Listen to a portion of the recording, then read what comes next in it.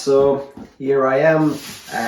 It's been a few months since I posted my last video on this guitar building series. I had to work on some other projects, and I actually waited for a long time for some fret wire that I was missing too.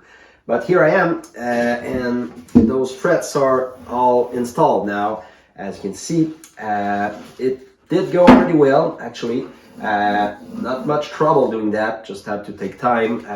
First things was actually to radius those frets, because the fretboards actually have a small radius, and the wires that I purchased were coming in straight bars. So I did build this really simple jig here. You can look online for videos or plans to make those, but actually just some bearings. Actually 3 sets of 2 bearings, because between the bearings the fret wire can go pretty good, and those are put in place. And this one actually has a little wing nut behind that allows me to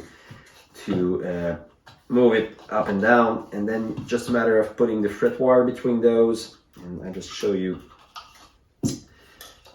like that, and it actually bends really easily, a lot more than I was expecting. So it's pretty cool. Let me just do that here, secure the wing nut, and give you an example. So you've seen me do that in the video, but if you do that like that, you just press it through, and it wasn't exactly enough. And just a little bit goes a long way here, as you can see. And you can do multiple passes. So as you can see, it's started to shape, and after a while it gets like this. This is the radius that I use for my guitar, and the first thing that I learned, you actually need to really overdo this radius. So as you can see, it's a lot more than the actual radius for the guitar is, because when you hammer down those frets, they tend to unradius actually, and the first couple of ones I did, I had this real problem where they weren't going down enough on the edges. So I had to overdo this radius a little more, and then it went really well. So it was just a matter of at first cleaning the slots before. I had to make sure every slot was deep enough. I did check it on the last video, but I redid all of that with my little piece of fret wire to check the depth.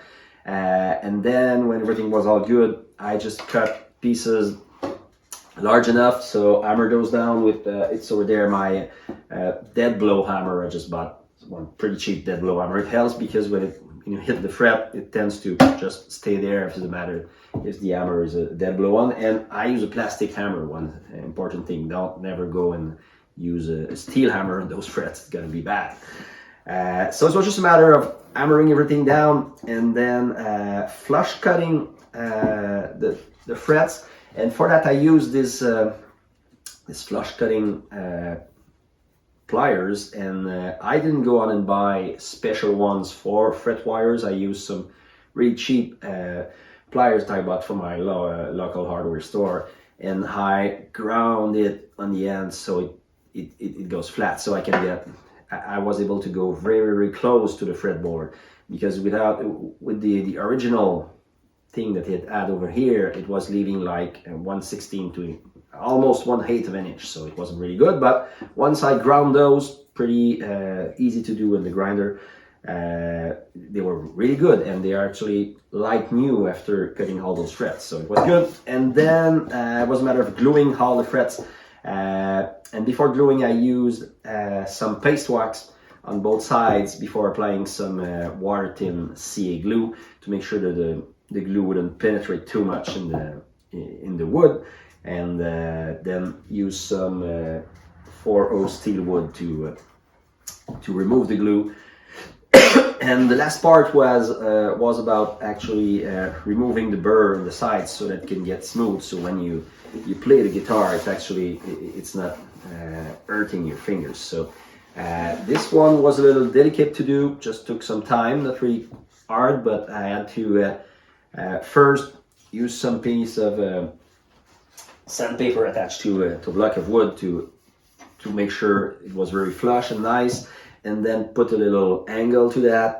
And I then use, I don't know where it is, but I use a small needle file to do the finishing touch on the ends. And the file that I use is actually a pretty basic file that came with a set that I had, and I found out that the flat file, one of the, imagine this is the file, this is the parts that does the filing, and on the edges, one edge was a file and the other edge was flat. So on the flat side, I just made sure it was really flat with sandpaper, so I could lay the needle file on the fretboard without fear of denting the wood. So this is actually how they sell the specialty files for this kind of work.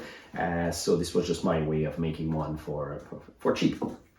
A couple of other things I used.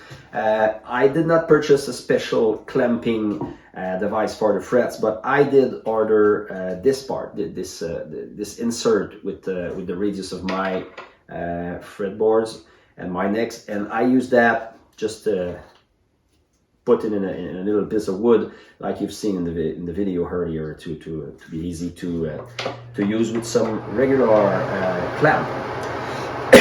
Oh, and then the heater goes on, so hope you're still hearing me. So that's about it. I mean, that's about how I did on this part, and now everything is very good. And the last part that I actually need to build for those guitars are the bridges. And I have those pieces of ebony right here that I will be using to do the bridges. And actually, I'm hoping that with this the single piece cut in half, I should be able to do both bridges. So it's going to leave me this one as a spare part if I ever screw something up making those bridges. So this is going to be my next step. Stay tuned for this next step, which will be the last building step actually. After that, all will be remaining is the finish of the guitar, which will be should take a long time too, but it's just one last step before I can finally play those guitars. So in the meantime, stay tuned and make sure to subscribe if you want a notification for my next video, which should be hopefully not that long before I put it than the last one.